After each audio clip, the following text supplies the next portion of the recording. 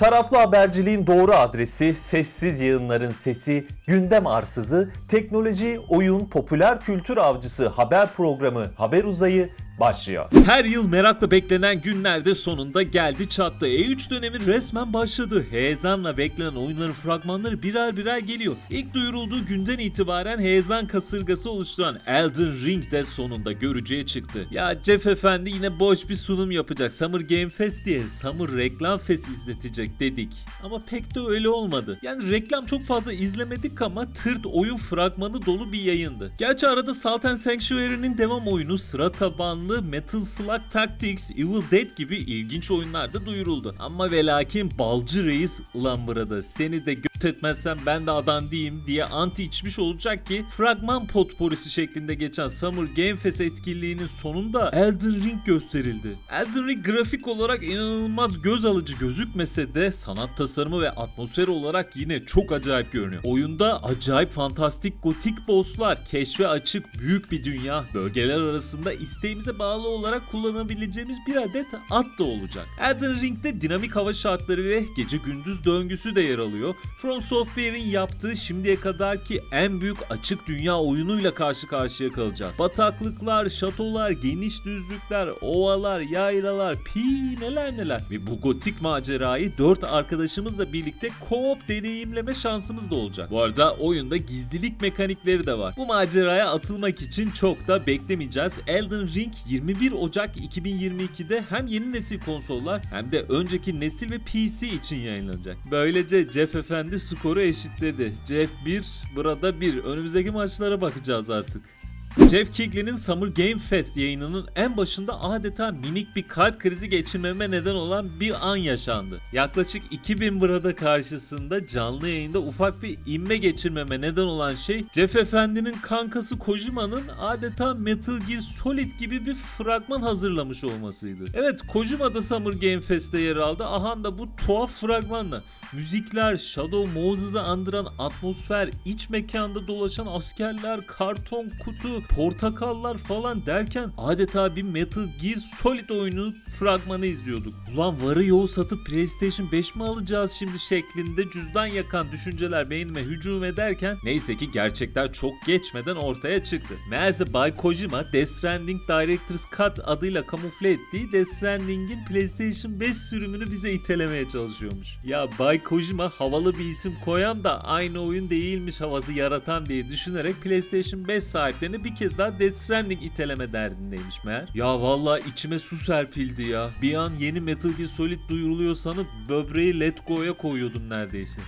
E3 döneminde ardı ardına yeni oyunlar duyuruldu. Yeni Battlefield de sonunda görücüye çıktı. Hikaye modu olmayan Battlefield 2042 Amerika-Rusya arasında patlak veren bir savaşa odaklanacak. Oyunda Battle Royale modu olmayacak ama yine uçaktan atlayıp roket atarla diğer uçağa vurup atladığımız uçağa geri dönebileceğimiz, yani ayılama bir aksiyon yapabileceğimiz bir oyunla karşı karşıya kalacağız. Çıkışında 7 harita ve 4 operatörün bulunacağı oyuna yeni içerikler ve Rainbow Six Siege tarzı yeni operatörler de eklenebilecekmiş. 128 oyuncu bir haritada buluşup birbirimize çılgınlar gibi ateş edecek, helikopterle düşmanın kafasına falan düşebileceğiz. Fırtınaların da koptuğu, gökdelenlerle dolu modern şehirler ve tank savaşlarının cereyan edeceği geniş düzlükler dolu devasa haritalarda bulunuyor. Savaş uçakları, tanklar, ATV'ler, helikopterler gibi araçların dışında robot köpekleri de kontrol edebilecekmişiz. Oyunda Battle Royale modu yok. Ancak henüz detayları açıklanmayan Battle Royale benzeri yeni bir oyun modu da yer alacakmış.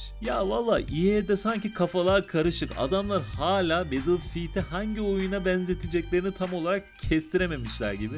Call of Duty desen değil, Fortnite desen değil, Pepsi desen değil. Reis'im sizde Bad Company diye bir oyun vardı ya, ona benzetseniz keşke, yani çok uzağa gitmenize de gerek yok. Ama yok, illaki aşırı aksiyon olacak. İşte Pepsi gibi olsun, Hızlı ve Öfkeli filmi gibi olsun, ne bileyim Hızlı ve Öfkeli 12 filmindeki gibi böyle gökdelenlere Ferrari ile dalmalı falan, o tarz, o ekolde bir oyun yaratma derdindeler. Yani sözün özü Battlefield 2042 aksiyona doyacağımız bir oyun olacakmış gibi görünüyor.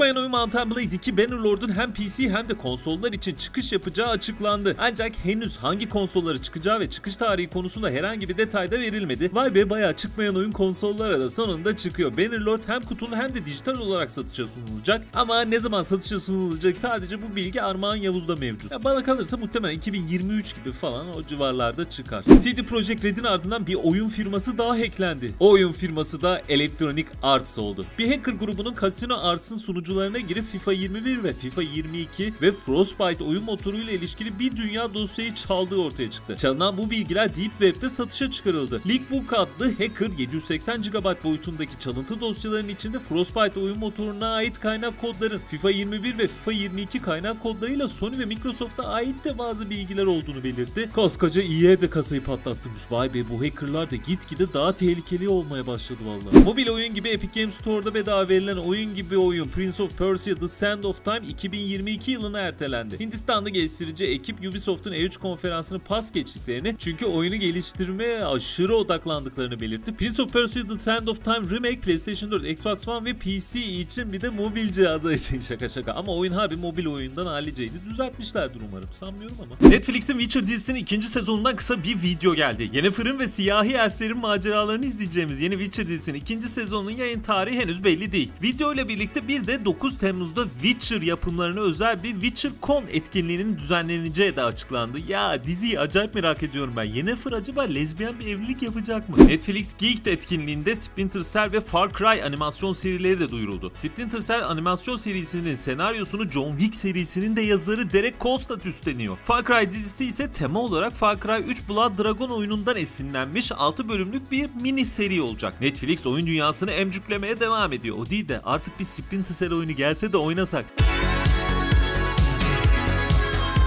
Haber Uzayı takvimine göre artık Haziran ayının da yarısını bitirmiş durumdayız. Ya yaz aylarına girdik, ilerliyoruz. Ben niye hiç yaza girmiş gibi hissetmiyorum acaba? Neyse efendim, malum E3 haftasındayız. Bu hafta oyun çıkışı açısından çok kısır geçiyor. Ama yine de Switch tarafında bir takım oyun çıkışları mevcut. İşte gelecek hafta çıkacak o oyunlar ahanda. Meşhur Magic the Gathering'in yapımcısı Richard Garfield yeni bir kart oyunuyla karşımıza çıkmaya hazırlanıyor. Roguelike mekanikleriyle de dikkat çeken oldukça estetik bir grafik dizayna sahip oyunumuzda 40'tan fazla boss savaşı varmış. 6 adet kahramanımız da eşsiz yetenek ağacına sahip olacakmış. Kart oyunu severler bir göz atabilir. Roguebook PC için 17 Haziran'da yayınlanacak. Yeni bir uzay temalı strateji, hayatta kalma simülasyon gibi oyunumuz daha oluyor. Hoş platform oyunu Trine serisini geliştiren Frozen Byte'ın geliştirdiği Starbase'de kaynak yönetme var, ticaret var, keşif var, uzayda çeşitli üsler inşa etme, madencilik yapma, binalar tasarlama gibi inşa etme mekanikleri, hatta aksiyon mekanikleri de var. Frozen Byte sevdiğim yaratıcı bir firma. Yeni bir türe yönelmişler. Bakalım ne kadar başarılı olmuşlar. Ben de merakla bekliyorum. Starbase Steam'de 17 Haziran'da erken erişim çıkışını gerçekleştirecek. Stratejik rol yapma gerçek zamanlı taktik türündeki The Red Solstice 2 aşırı çok satan ilk oyunun devamı niteliğindeymiş. Valla ben ilk defa duyuyorum bu seriyi ama türle pek alakam yok. Yeni oyunda çevrim içi eşli oynama mekaniği de var imiş. 8 kişi co-op oynayabiliyormuş oyunu. 6 farklı sınıf varmış ve oyunda 15 görev, 20'de yan görev bulunuyormuş. The Red Solstice 2 Survivors 17 Haziran'da Steam'de yayınlanacak. Şimdi buradan bir şeyi anlıyorum. Yani tutan bir oyunun biraz benzerini yaparsın. Oyun dünyasında o kadar çok örneği var ki bir dünya popüler oyun aslında baya eski bir oyun serisini çakmasıdır, benzeridir. Genelde birkaç şeyi bir anda o eski seriden daha iyi yapabildikleri için çok tutarlar falan. Ya bu tamam ama bir oyunun aynısını yapmak ve daha kötü yapmak da nedir be kardeşim? Bağımsızlar bunu çok yapmaya başladı bu aralar. Stardew Valley gibi bir oyun yapmış adam. Yani haber uzayı değil de uzay haberi yapmak gibi bir şey bu sanki. Neyse, World and Dinner 19 Haziran'da Steam'de yayınlanacak.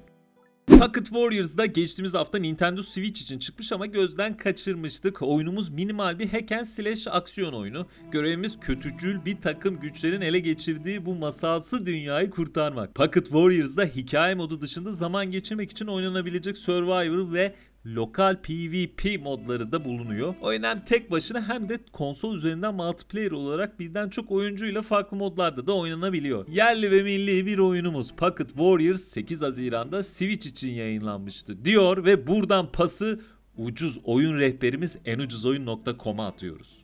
Bu oyunların ve daha önce çıkmış pek çok PC oyununun indirim geçmişlerine göz atmak için enucuzoyun.com'u kullanabilirsiniz. Steam ve Epic Games Store başta olmak üzere oyunların hangi platformda daha ucuza satıldığını görmek ve fiyat kıyaslaması yapmak için de bu site birebir. Kampanya dönemlerinde de oyunların daha önce hangi fiyattan satıldığına göz atabilir, en ucuz oyunların izini sürebilirsiniz. Valla hizmet gibi hizmet. Akraban yapmaz bu güzelliği. YouTube kanallarında da acayip iyi içerikler var. Göz atınız diyor ve son dakika gelişmesi için yayınımıza ara veriyoruz. Sanıyorum Los Angeles'tan şok bir haber var. Evet, Haber Uzayı Los Angeles, söz sizde.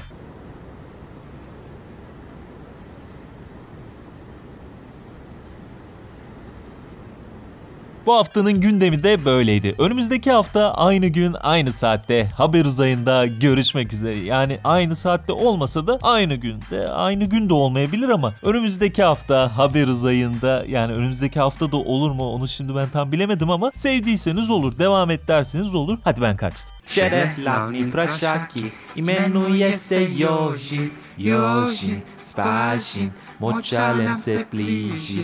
Jožin, Spážin, k vesnici se blíži. Jožin, Spážin.